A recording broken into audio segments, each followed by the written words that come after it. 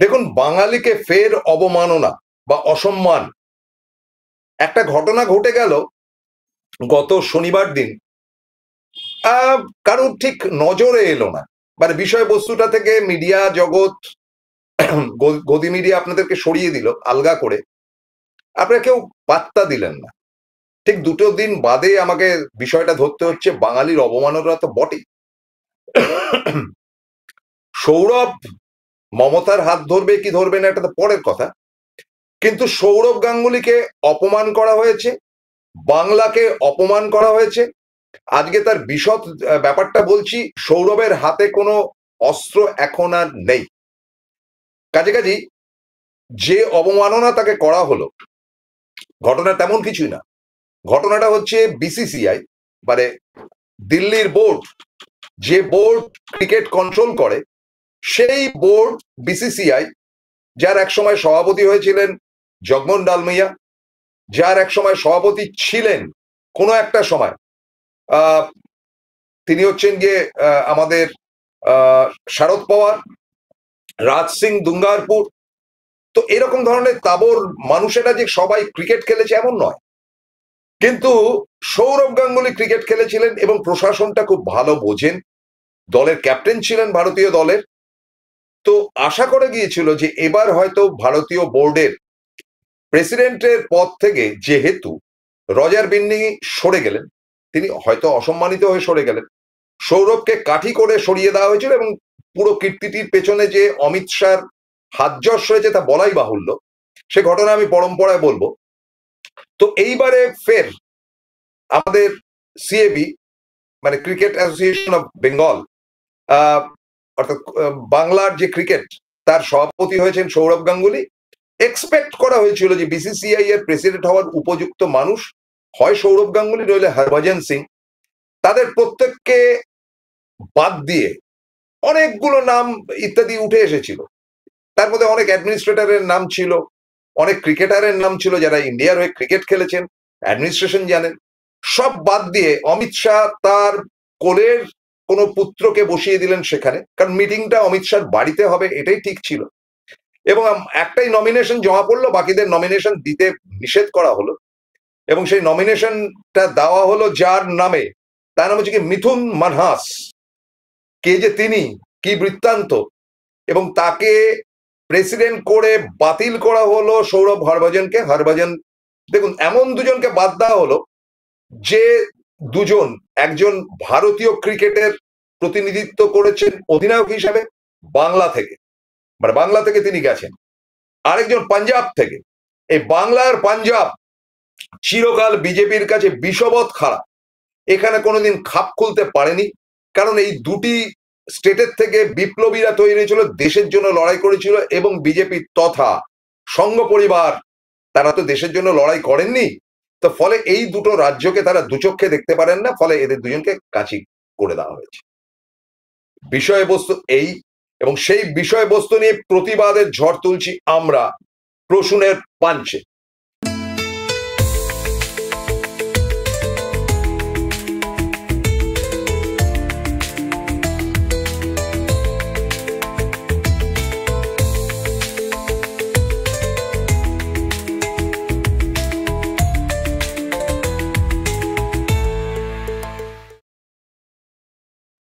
নমস্কার, আসসালামু আলাইকুম, স্বাগতম জানাই মঙ্গলবারের সকালে। দেখুন, প্রথমেই আমি ভারতীয় ক্রিকেট দল পাকিস্তানকে ফের একবার হারাবার জন্য তাদেরকে কনগ্রাচুলেট করি, টিম ইন্ডিয়াকে।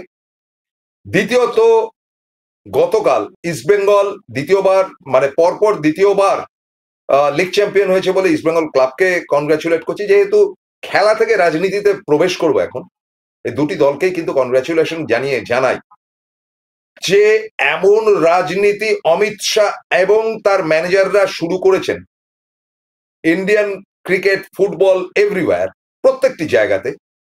যে নির্লজ্জতা, যে নির্মমতা, যে অসভ্যতা এর আগে এত যুগ ধরে যে বিভিন্ন প্রশাসন চলেছে তার মধ্যে দেখা যায়নি। হ্যাঁ, ঠিক, ফুটবলে প্রিয়রঞ্জন দাসবংশীর মতন পলিটিশিয়ানরা প্রেসিডেন্ট হয়েছে, সেখানে প্রফুল প্যাটেলের মতন প্রেসিডেন্ট হয়েছে, তারা দুজনে কিন্তু অ্যাডমিনিস্ট্রেশনটা খুব ভালো জানতেন, দুজনে কেন্দ্রের মন্ত্রী ছিলেন, এটা ভুলে গেলে চলবে না। এবং ক্রিকেটে আমরা বিভিন্ন প্রশাসনের ক্ষেত্রে যেটা বলছিলাম, রাজ সিং দুঙ্গারপুর থেকে শুরু করে রজার বিন্নি অব্দি বহু প্রশাসক এসছেন, যাদের অনেকেই ক্রিকেট খেলেছেন, অনেকেই ক্রিকেট খেলেননি, কিন্তু তারা কিন্তু খুব ভালো প্রশাসনটা জানে, যেমন জগমোহন ডালমিয়া। আপনাদেরকে বলি 1983-তে ইন্ডিয়া যে ওয়ার্ল্ড কাপ চ্যাম্পিয়ন হয়েছিল, চ্যাম্পিয়ন যেদিনকে হয়েছিল সেদিনকে রাত্রে কপিল দেব থেকে শুরু করে সুনীল গাভাস্কার হয়ে শ্রীকান্ত, কারুর পকেটে কোনো ডলার বা পাউন্ড ছিল না যা দিয়ে তারা হইচই করতে পারে। কেউ কেউ তাদেরকে ওই শ্যাম্পেনের বোতল উপহার দিয়েছিল, আর হোটেলে তারা খাওয়া দাওয়া করেছিল, তার পয়সা দিতে পারেনি, এত খারাপ অবস্থা ছিল। ওই সময়টা রাজ সিং টুঙ্গাপুরদের হাতে ছিল, তারা টাকা কি করে রোজগার করতে হয় জানতো না।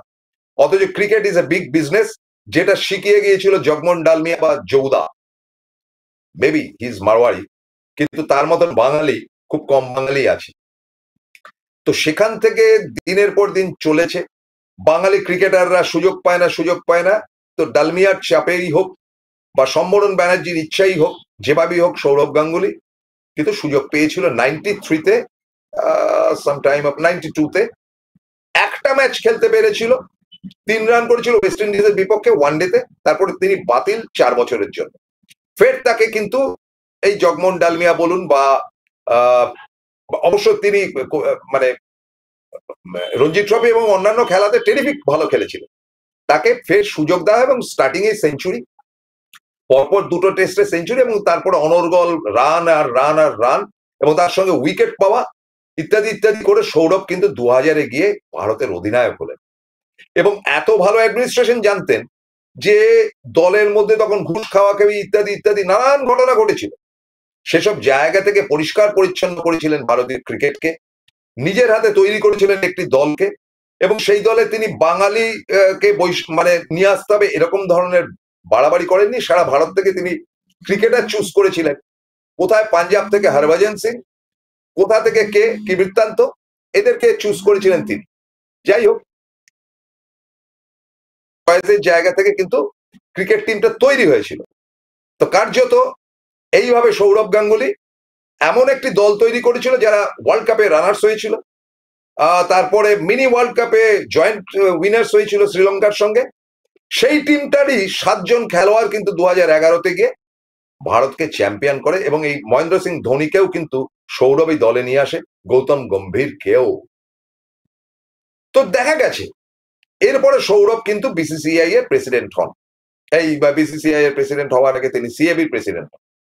সৌরভের পাশে কিন্তু এসে দাঁড়িয়ে ছিলেন কোনো একটা সময় বুদ্ধদেব ভট্টাচার্য, কিন্তু তাতে খুব একটা ফায়দা হয়নি, দল থেকে তিনি ছাঁটাই পড়েছিলেন, টার্মস কন্ডিশন করে তাকে দলে নেওয়া হয়েছিল ঠিকই, কিন্তু খুব যোগ্যতা পাননি, তাকে প্রায় একরকম ঘাড় ধাক্কা দিয়ে কিন্তু ইন্ডিয়ান ক্রিকেট থেকে সরিয়ে দেওয়া হয়েছে 3-3বার, তৃতীয়বারের পর আর ফিরে আসতে পারেননি। কিন্তু তার পাশে গিয়ে যিনি দাঁড়িয়েছিলেন ছোট ভাইয়ের মতো স্নেহ দিয়ে, তিনি মমতা বন্দ্যোপাধ্যায়, এবং মমতা বন্দ্যোপাধ্যায় ইচ্ছা প্রকাশ করেছিলেন যে সৌরভ সিএবির প্রেসিডেন্ট হোক, এবং সৌরভ সিএবির প্রেসিডেন্ট হয়েছিলেন, হাতে হাত মিলিয়েছিলেন মমতা বন্দ্যোপাধ্যায় সৌরভের সঙ্গে, এবং তিনি সবসময় চেয়েছিলেন যে সৌরভ উঠে আসুক, বাংলার ছেলে, বাঙালির ছেলে, বাংলা আজকে জায়গা করতে পারে না সেই ছেলে ইন্ডিয়া ক্যাপ্টেন হয়েছে, প্রশাসনে গেছে, সৌরভকে তুলে ধরার জন্য যা যা করা সম্ভব মমতা বন্দ্যোপাধ্যায় কিন্তু করেছেন।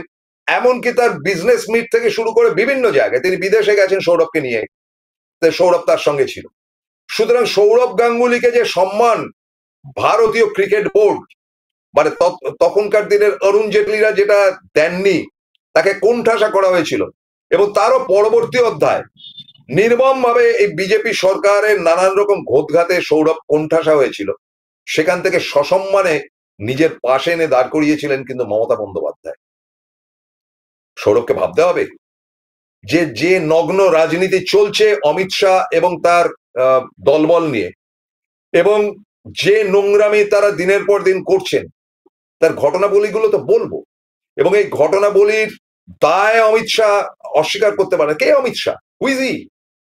তিনি নাকি গুজরাট ক্রিকেটের প্রেসিডেন্ট নাকি বেশ ছিলেন। নরেন্দ্র মোদীর নামে একটা স্টেডিয়াম করে দিল, একটা মানুষ জীবন্ত তার নামে স্টেডিয়াম হয়ে গেল। সারা বিশ্বে এরকম ঘটনা কটা ঘটেছে? পেলের নামে স্টেডিয়াম করতে পেরেছে ব্রাজিল? পারেনি, অথচ বিশ্বের সর্বকালের শ্রেষ্ঠ ফুটবলার মারাদোনার নামে করতে পেরেছে। কিন্তু নরেন্দ্র মোদীর নামে হয়ে গেছে স্টেডিয়াম। তার জীবদ্দশা যা যা মানে করা সম্ভব, যে নোংরামি সম্ভব সমস্ত করছে। নরেন্দ্র মোদী নিয়ে গেলেন গুজরাটে নরেন্দ্র মোদী স্টেডিয়ামে ওয়ার্ল্ড কাপ ফাইনাল খেলাতে, হেরে ভূত ভারত, এবং তার দায়ভাগ কি অস্বীকার করতে পারে যে টেনশন এবং চাপে ভারত সেদিনকে হেরে গিয়েছিল এই 2 বছর আগে? আপনাদেরকে বলি, সৌরভ গাঙ্গুলিকে প্রেসিডেন্ট করার পেছনের অমিত শাহের হাত ছিল। 2020-তে তাকে 2020-21 ওই টাইমে তাকে প্রেসিডেন্ট করেন, এবং সত্যি কথা বলতে কি যে প্রেসিডেন্ট হবার কথা যার ছিল কর্ণাটকের খেলোয়াড় ব্রিজেশ প্যাটেল, তাকে সরিয়ে দিয়ে সৌরভকে করা হয়। কিন্তু শোনা যায় সূত্র মারফত যে টার্মস কন্ডিশন ছিল সৌরভের সঙ্গে, তোমাকে 2021-এ মমতার উল্টো দিকে দাঁড়াতে হবে, তুমি আমাদের মুখ হবে 2021-এর। সৌরভ নানান রকম প্যাচ কষে বেরিয়ে এসেছিলেন, এবং কায়দা করে অসুস্থতা যাই হোক, তিনি অসুস্থ ছিলেন বা যাই হোক, লোকে বলে যে কিছু ছিল না, কিন্তু তিনি চাননি, তার না চাওয়াটা বুদ্ধিমানের কাজ হয়েছে। এবং তিনি যে বিসিসিআই এর প্রেসিডেন্ট হয়েছেন, তিনি নিজের হাতে তুলে এনেছিলেন কিন্তু কোহলিকে, বিরাট কোহলিকে দলের ক্যাপ্টেন করেছিলেন। কোহলি রবি শাস্ত্রীর একটা প্যাচ গোছের ব্যাপার যখন চলছিল, তিনি অনিল কুম্বলেকে কোচ করে নিয়ে আসলেন, ফের রবি শাস্ত্রী কোচ হয়ে ঢুকলো।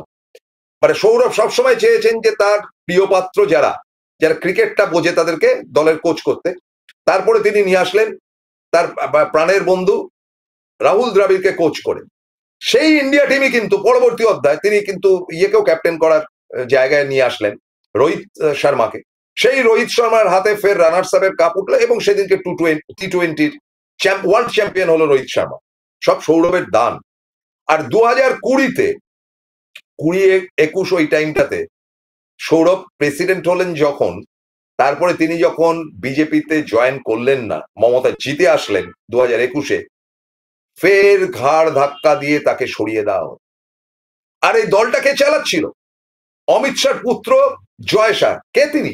আমি আবারও বলছি, যদি অ্যাডমিনিস্ট্রেশন জানেন ক্রিকেটার হওয়ার দরকার নেই, তার নাম গন্ধ কেউ কোনোদিন শোনেনি। কয়েক লাখ টাকা নিয়ে ব্যবসায় নেমেছেন, এখন কয়েকশো কোটি টাকার মালিক অমিত শাহর পুত্র জয় শাহ। ভালো করে ইংরেজিটুকু পর্যন্ত বলতে পারেন না, তাকে তিনি নিয়ে আসলেন জেনারেল সেক্রেটারি করে। এই অমিত তাকে নিয়ে আসলেন এই ভারতীয় ক্রিকেটে, এবং ভারতীয় ক্রিকেটে তিনি সেখান থেকে সরাসরি জেনারেল সেক্রেটারি থেকে আইসিসি, মানে বিশ্ব ক্রিকেটের প্রেসিডেন্ট হয়ে এখন বসে রয়েছেন স্রেফ অমিত শাহর কল্যাণে। কে জয় শাহ? কি চলছে নাকি? আর এবছর প্রেসিডেন্ট করার কথা যেটা চারিদিকে ভেসে উঠেছিল, সমস্ত পত্রপত্রিকায় ভাসছিল যে সৌরভ বোধহয় ফের বিসিসিআই এর প্রেসিডেন্ট হতে পারেন। কিন্তু আবারও জানাই যে সৌরভ কিন্তু ঠারে ঠোরে বার্তা একটা পাঠিয়েছিলেন, তিনি রাজনীতি করতে চাইছেন না এবং তিনি বিজেপিতে জীবনে যাবেন না। ফলে সৌরভকে কাঁচি করে মিঠুন মানহাস বলে একজনকে নিয়ে আসা হলো। কে মিঠুন মানহাস? তার ছবি কোনোদিন দেখেছেন? জানেন কে তিনি? কি বৃত্তান্ত? তিনি কাশ্মীরি ব্রাহ্মণ, মাথায় ক্যাপ পরা, একটা ছবি তার দেখলাম বটে, তাকে চিনতে পারিনি সিরিয়াসলি। সেই মিঠুন মানহাসকে তিনি প্রেসিডেন্ট করা হলো, এবং প্রেসিডেন্ট করার পর সারা ভারত থেকে প্রশ্ন উঠল হুইজি, এবং বাংলাকে অবমাননা করা হলো, যার বদলা সৌরভের নিতে হবে। দিনের পর দিন অপমান সৌরভ সহ্য করতে পারে না, আর বাঙালিরা তার পেছনে গেছে। সেই অপমানের জবাব তাকে দিতে হবে। কিভাবে বলবো, একটা বিরতির পর কেউ নড়বেন না, প্রত্যেকে শেয়ার করুন এবং কমেন্ট করুন, সঙ্গে থাকুন।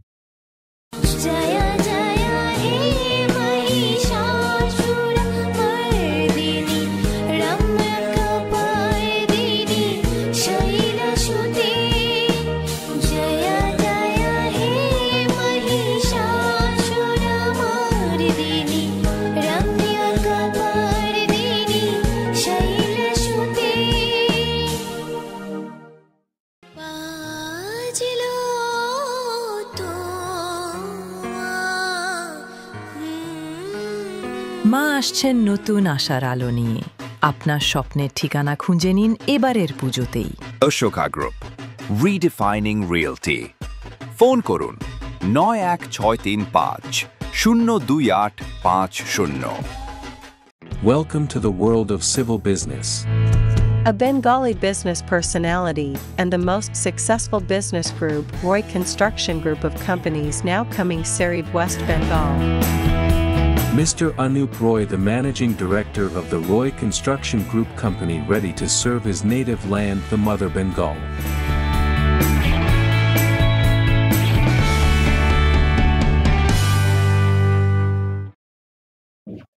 ফিরলাম বিরতির পর। সৌরভ গাঙ্গুলিকে ভুলে গেছেন? তাকে দল থেকে অন্যায়ভাবে যখন গ্রেগ চ্যাপেল বাদ দিয়ে দিল, তখন কিন্তু রাহুল দ্রাবিড় অধিনায়ক হয়েছিলেন এবং সেই ইন্ডিয়া টিম ইডেনে ক্রিকেট খেলতে এসেছিলেন সাউথ আফ্রিকার বিরুদ্ধে। সমস্ত বাঙালি সমাজ, বঙ্গ সমাজ, ধর্ম বর্ণ রাজনীতির ঊর্ধ্বে উঠে সৌরভকে সমর্থন করার জন্য সেদিনকে কিন্তু ইন্ডিয়াকে ব্যারাকিং করা হয়েছিল, ভারতীয় দলকে, এবং তারা সৌরভের হয়ে গলা ফাটিয়েছিল এবং সে ভারত সেখান থেকে পরাজিত হয়েছে। কাজটা ঠিক হয়েছিল কি ভুল হয়েছিল আমরা জানি না, কিন্তু আমরা বাঙালিরা বাঙালির জন্য লড়াই করেছি। আমাদের কাছে বাঙালি অনেক বেশি প্রয়োজনীয়, কারণ এই বাঙালিরাই ভারতকে স্বাধীন করেছিল, এই পাঞ্জাবিরাই ভারতকে স্বাধীন করেছিল। এই গুজু ভাইরা নয়, এই মারওয়ারি সেকশন নয়, এই উত্তর ভারতের হিন্দি বলয় নয়, যেটা জোর করে অমিত শাহকে গিলিয়ে দিচ্ছেন মিঠুন মানহাসকে নিয়ে এসে। কে মিঠুন মানহাস? কাশ্মীরি ব্রাহ্মণ। Welcome to the করে তাকে দেখার পর মনে হয়েছিল যে কে এই কাশ্মীরি ব্রাহ্মণ, হি ইজ দ্য পার্সন। জীবনের মুখ দেখেছেন মিঠুন মানহাস? দিল্লিতে নাকি কিছু ম্যাচ খেলেছে, জম্মু কাশ্মীরের ছেলে, এবং ইত্যাদি ইত্যাদি, আইপিএল কয়েকটা ম্যাচ খেলেছে, ব্যাস। তার জন্য সে প্রেসিডেন্ট মোটেই করা হয়নি। অমিত শাহ তাকে প্রেসিডেন্ট করেছে ইয়েস ম্যান হিসাবে। তিনি বলবেন ওর উঠবে, বসবে। এ হচ্ছে ক্রিকেটের অবস্থা। আপনার প্রতিবাদ করবেন না? অমিত শাহর এই নোংরামি, তার প্রতিবাদ হবে না? সৌরভ গাঙ্গুলিকে আমার একজন বয়স্ক বা দেশের একজন বয়স্ক প্রতিনিধি বা বয়স্ক একজন ভোটার হিসেবে বলতে পারেন, প্রবীণ নাগরিক হিসেবে বলতে পারেন, এবং তাকে ভালোবাসি এই হিসেবে বলতে পারেন যে Sourav, sir George Bernard Shaw একটা কথা বলেছিলেন যে so long you are in a devil's workshop try to be a good devil. আবারও বলি বার্নার্ড শর কথাটা, so long you are in a devil's workshop, যতদিন শয়তানের কারখানায় রয়েছে try to be a good devil, একটা শয়তান হওয়ার চেষ্টা করো। এটা কিন্তু সৌরভের কাছে মস্ত বড় উপায়। বারবার তিনি ধাক্কা খাবেন বাঙালি হিসেবে, আমরা কত লড়াই দেব। সৌরভ, আপনাকে জানাই যে রাজনীতির বাইরে থেকে আপনি কিচ্ছু করতে পারবেন না, কিচ্ছু করতে পারবেন না। দে আর অল পলিটিক্যাল ক্যারেক্টার, হয় পলিটিক্যাল ক্যারেক্টার অথবা পলিটিক্যাল বশংবদ। আজকে যে ক্রিকেট বোর্ডটি ভারতের রয়েছে সমস্ত বিজেপির লোকে ভর্তি, এন্ড দিস মিঠুন মানহাস হচ্ছে কি হিন্দুত্বের একটি মুখ, কাশ্মীরি ব্রাহ্মণ, তিনি ভয়ঙ্কর রকম একটা হিন্দুত্বের মুখ। কেন অনিল কুম্বলেকে করা যেত না? কেন রাহুল দ্রাবিড়কে করা যেত না? সচিন তেন্ডুলকারকে করা যেত না? আমি বাদ দিলাম, অন্য কোনো অ্যাডমিনিস্ট্রেটরকে করা যেত না যারা ছিল? কাউকে করা যেত কি যেত না পরের কথা, সৌরভকে অবশ্যই করা যেত, যে সৌরভের নাম উঠেছিল। হরভজনকে করলেও আমি কিছু এই অনুষ্ঠান করতাম না, কিন্তু আমার বাঙালির অস্মিতাতে আমার ধাক্কা লেগেছে, যার প্রতিবাদ হওয়া উচিত। এবং আমি তো বলবো সামনের ইলেকশনে সৌরভের ভোটে দাঁড়ানো উচিত। যতক্ষণ না তিনি রাজনীতিতে সরাসরি প্রবেশ করছেন, সৌরভ ভাবতেই পারেন যে আমাকে তো সবাই সাপোর্ট করে, সিপিএম সাপোর্ট করে, বিজেপি সাপোর্ট করে। কেউ করে না দাদা। আপনি ক্রিকেট থেকে অনেকদিন আউট হয়ে গেছেন, আপনার পেছনে বিজেপি কি ধরনের নোংরা কথাবার্তা বলে আপনার ধারণা নেই। সৌরভ গাঙ্গুলি কিভাবে নোংরা কথাবার্তা বামপন্থীরা আপনার বিরুদ্ধে বলে আপনি জানেন না। আমি মনে করি যে আপনার সামনে নতুন কোনো স্বপ্ন আর থাকতে পারে না। আপনি জীবনে কোনোদিন বিসিসিআই এর প্রেসিডেন্ট হতে পারবেন না, গ্যারান্টি দিয়ে বলছি। যতদিন মোদী অমিত শাহ গদিতে আছে কোনোদিন পারবেন না। কিন্তু আপনি এই 3 বছরের জন্য মানে বেঙ্গল ক্রিকেটের প্রেসিডেন্ট হয়ে থাকবেন, কিন্তু আপনার ক্ষমতা কেটে এক করে দেবে। কারণ আপনি অমিত শাহকে ডুবিয়েছেন, এবং অমিত শাহকে হয়তো আপনি কথা দিয়েছিলেন বা অমিত শাহকে পাত্তা দেননি ভোটে দাঁড়াবার জন্য, সেই জন্য অমিত শাহ আপনাকে ক্রমাগত কাঠি করবে, ছোট করবে। ওই দাদাগিরির টিভি শো আর কিছু এদিক ওদিক ছাড়া আপনার কি ফিউচার আপনি বলুন? হ্যাঁ, বিজ্ঞাপনে আপনার আজকেও বাজার আছে, কিন্তু তা দিয়ে সৌরভকে দীর্ঘদিন বদলা যদি নিতে হয়, সৌরভ মমতার তৃণমূল কংগ্রেসে জয়েন করুন। দরকার হলে আপনি বেহালা অঞ্চল থেকে দাঁড়ান সামনের নির্বাচনে, বেরিয়ে এসে দরকার হলে মন্ত্রী হতে পারবেন। মমতা আপনাকে মন্ত্রী করবে, শিল্পমন্ত্রী করবে প্রয়োজন। আমি বলছি, আপনার যদি মনে হয় যে আপনি লোকসভা বা রাজ্যসভায় যাবেন, সেটা তো মমতা এগ্রি করবে। আপনাকে তো এই প্রশ্ন করেছিল নিউজ 18-এ, ভালো প্রশ্ন। কিন্তু আপনি ওই জলে নাববো চুল ভেজাবো না করলে তো আপনি জীবনে কিছু করতে পারবেন না। আবারও বলি, so long you are in a devil's workshop, try to be a good devil. আপনাকে রাজনীতিতে আসতেই হবে, মমতার হাত ধরতেই হবে। সেটা আপনি বিধানসভা নির্বাচনে যদি এগ্রি করেন, এক্ষুনি মমতা বন্দ্যোপাধ্যায় আপনাকে কিন্তু দাঁড় করিয়ে দেবেন এনি স্পট। শুভেন্দুর এগেনস্টে তো শুভেন্দুর এগেনস্টে গিয়ে দাঁড়ান, শুভেন্দু হেরে ভুট্টা হয়ে যাবে নন্দীগ্রামে। এদেরকে চেনেন না, এরা কি যন্তর পিস শান্তির ছেলে এক একটি, যারা যারা আপনার পেছনে লাগছে। সুতরাং আবারও বলি যে রাজনীতির বাইরে থেকে সেরেফ ওই দু একটা বাণিজ্য সভা বা দু একটা জায়গায় গিয়ে বা দাদাগিরি, তাও তো সারা বছর হয় না, আর ওটা আর লোকের ভালোও লাগছে না। নিজেকে যদি তুলে ধরতে চান বাঙালি হিসাবে, পলিটিক্সে জয়েন করুন। আপনার সামনে তৃণমূল ছাড়ার কোনো চয়েস থাকতে পারে না। If you are interested, you can go to Rajya Sabha, Mamata ব্যবস্থা করে দেবে। If you are interested to go Lok Sabha, আপনাকে বসিরহাটের কেন্দ্র থেকে জিতিয়ে নিয়ে চলে আসবে, যে জায়গাটা ফাঁকা হয়ে রয়েছে। আপনি বলুন মমতা বন্দ্যোপাধ্যায়, একবার শুধু বলবেন ইয়েস। আপনার যদি মনে হয় বাবুল সুপ্রিয়কে দল থেকে বেরিয়ে এসে তাকে কিন্তু মন্ত্রী করা হয়েছে আজকে, এই বিজেপিতে বাবুল সুপ্রিয় কিন্তু সাংসদ ছিলেন, কেন্দ্রের মন্ত্রী ছিলেন, এনিথিং পসিবল। আপনি মমতা বন্দ্যোপাধ্যায়ের গুড বুকে আছেন, আপনাকে ভালোবাসেন, জয়েন পলিটিক্স। রাজনীতি ছাড়া আপনি অমিত শাহকে টাইট দিতে পারবেন না। আর যদি এখনো চুল vegan, this will be the first program and the last program. It is your choice. আপনারা কি বলেন দর্শক বন্ধু? Thank you very much, good day.